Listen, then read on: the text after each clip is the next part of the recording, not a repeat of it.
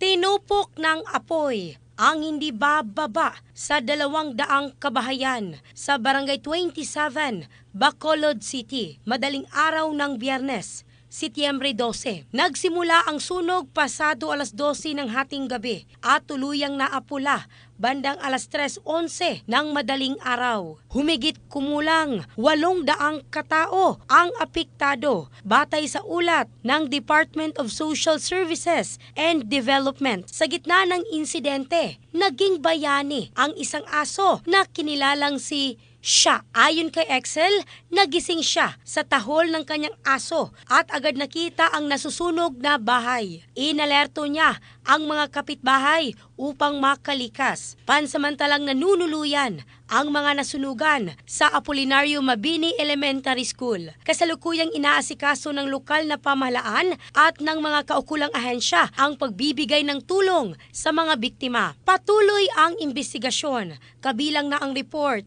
na electrical ignition ang sanhi ng sunog na nag-iwan ng tinatayang 4.5 million pesos na pinsala sa ari-arian. In the heart of changing lives, ako si Michelle Craste ng Brigada News Philippines, the Music and News Authority.